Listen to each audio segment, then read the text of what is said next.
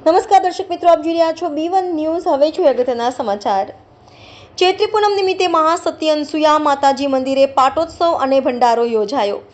શિનોરના સુપ્રસિદ્ધ મહાસતી અનસુયા માતાજીના મંદિરે આજ રોજ ચૈત્રી પૂનમ નિમિત્તે વર્ષો વર્ષની પરંપરા મુજબ યોજાતા મેળામાં યોજાયેલા માતાજીના પાટોત્સવમાં હજારો ભાવિ ભક્તો સહિત કરજણ ધારાસભ્ય અક્ષય પટેલે માતાજીના દર્શન કરી ધન્યતા અનુભવી હતી। વર્ષો વર્ષની પરંપરા મુજબ મહાસતી અનસુયા માતાજીના મંદિરે ચૈત્રી પૂનમનો મેળો યોજાય છે, જેમાં હજારો ભક્તો માતાજીના દર્શન કરી ધન્યતા અનુભવે છે। આ પ્રસંગે આવતા ભક્તો માટે મહાપ્રસાદ માટે ભંડારાનું પણ વિશેષ આયોજન કરાય છે।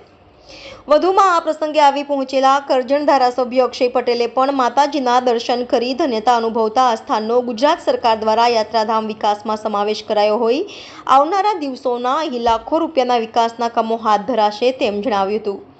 રિપોર્ટર